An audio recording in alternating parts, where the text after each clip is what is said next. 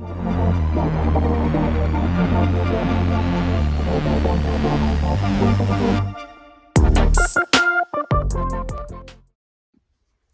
you guys, welcome back to my channel. I am in my closet again. I feel like I tend to be in here whenever I film videos like this where I'm just talking to the camera, because in my house this is like the quietest spot. So when I'm filming at home, this is just usually where I am. So tomorrow on the podcast, we have an episode launching that is called A Guide to Redken Shades EQ. This is kind of a throwback to a video I did oh my gosh, like 4 years ago. I'm going to link it in the description box below.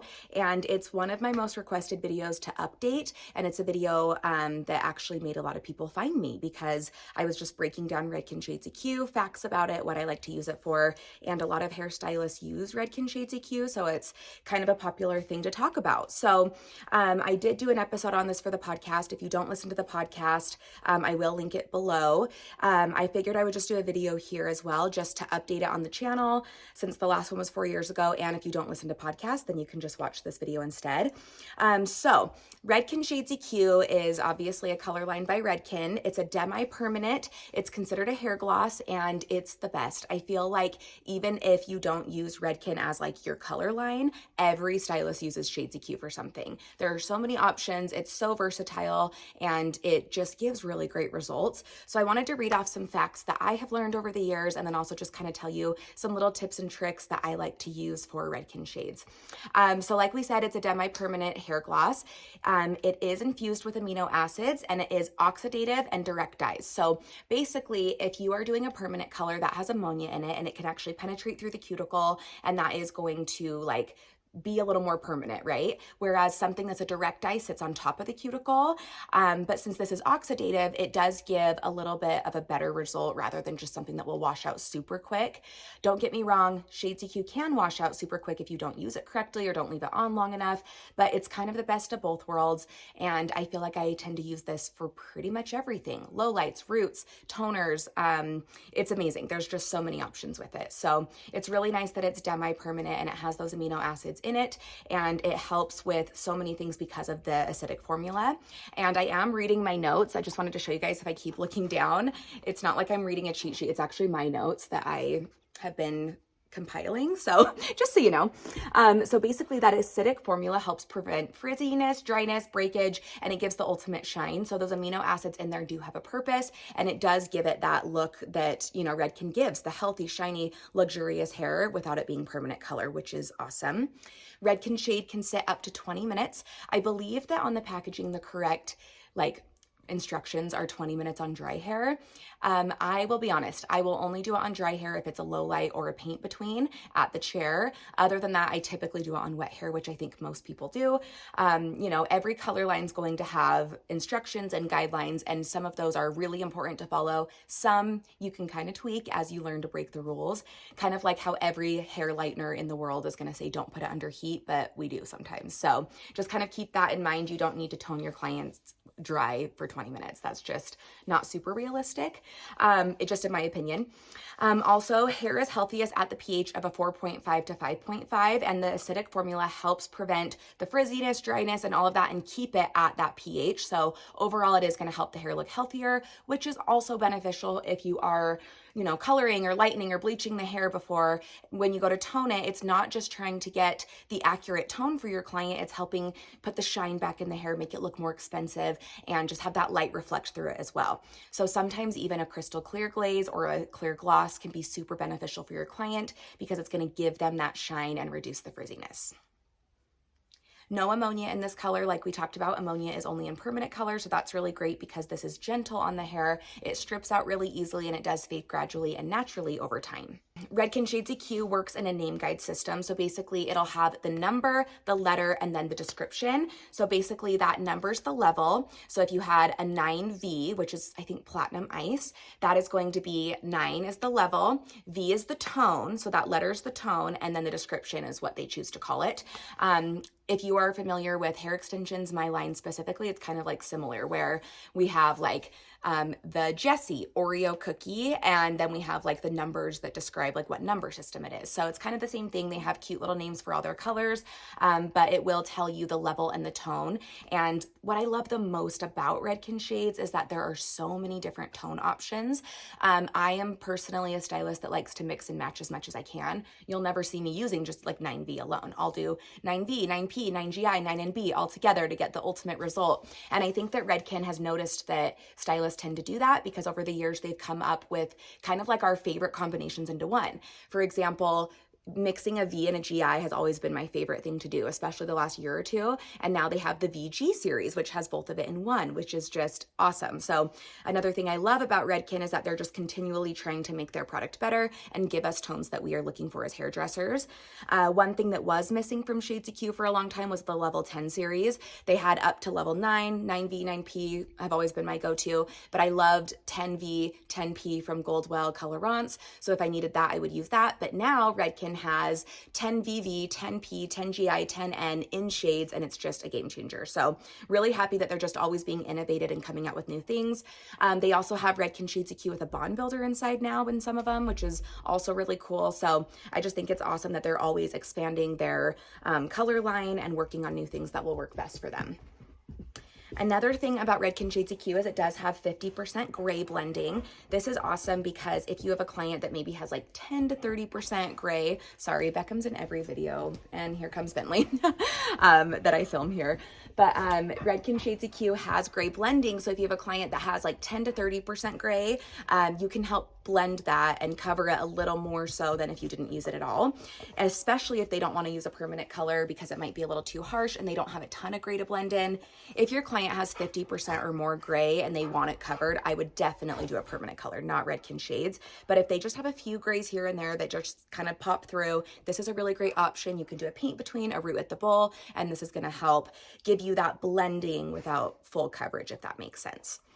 Another thing about this is that it is used with a processing solution, which has 2% hydrogen peroxide in it. And they have a couple of different options. They have the regular processing solution, which is a liquid. And then they came out with a gel version, which I love because that's really great when you're using it with like lowlights or at the bowl for a paint between, or at the chair for a paint between, or even rooting at the bowl if you need it to have like a thicker consistency so it doesn't drip everywhere. I use the gel and then I use the regular solution for toning the ends at the bowl. So I love that they also have that.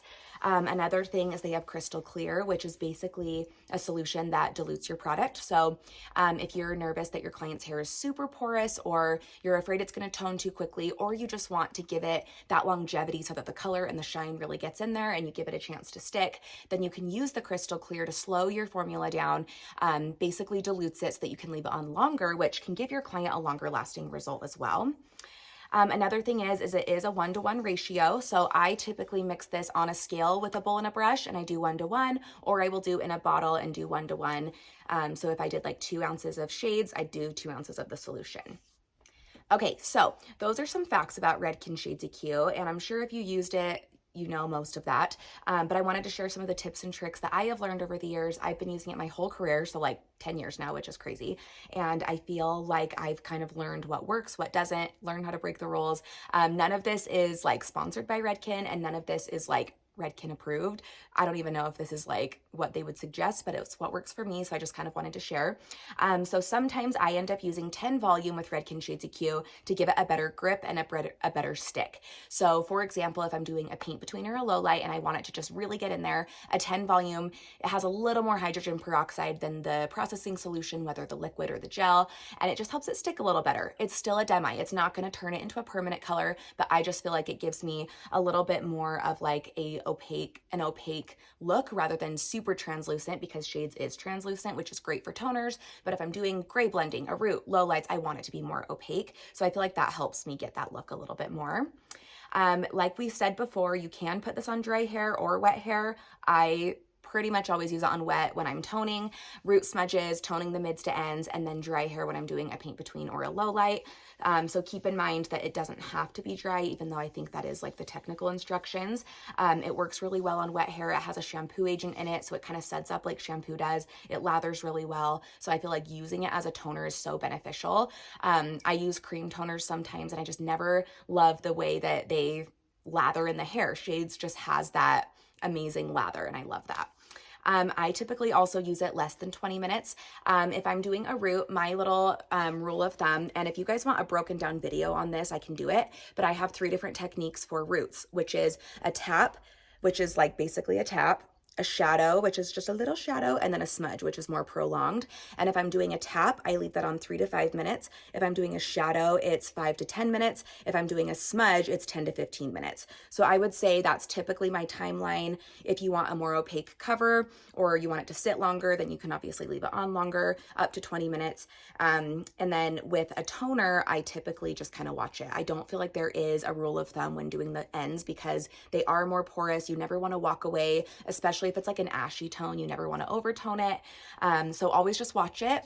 It could go anywhere from 2 minutes to 10 minutes. Who knows? It just depends on what your client needs. But I feel like just watching it process is a really good thing to do. And my rule of thumb that I always tell my assistants when they start with me is once you are scared of what it looks like, leave it on 1 minute longer, I promise, because there's nothing worse than rinsing it out and being like, oh, it just is still a little yellow or orange. 1 minute. Keep it on, I promise, take it off, it'll be perfect. You don't technically have to shampoo after it, but you can if you want to. If I don't want to, then I just rinse it out, conditioner, good to go. Or you can do regular shampoo. Just keep in mind that if it was a toner that like you put on just quickly, shampooing right after can strip some of that color. So if it's like a blonde, for example, if I want to shampoo after, I will mix regular shampoo with purple shampoo half and half to kind of enhance that tone and just kind of make that toner stick even better. Or I will shampoo the client first to get rid of all the residue and build up in their hair, product, bleach, whatever it may be, tone, and then just condition after. So totally up to you. I love that it has so much versatility like we talked about before. You can use it for toning, roots, lowlights. I feel like Redken Shades EQ has so many options, so many different ways to use it that it's really one of my go-tos. So I would say that I have different things I use for lighteners and gray coverage and permanent colors, but my toner, like number one go-to brand is Redken Shades EQ. I use Goldwell Colorants sometimes as well, but this is just my ride or die. Another little tip I have for you guys is we talked about the crystal clear, which can dilute your solution. I also have 2 other tricks if you don't want to buy that because it's freaking expensive. I'm just going to tell you that. And all it does is dilute your product. So basically I just double my processing solution if I want the same result. Crystal clear does give it a little more shine. I will say that. So if you're wanting that, stick with it. But if you're just looking to dilute your product, double the processing solution and that's going to do the trick.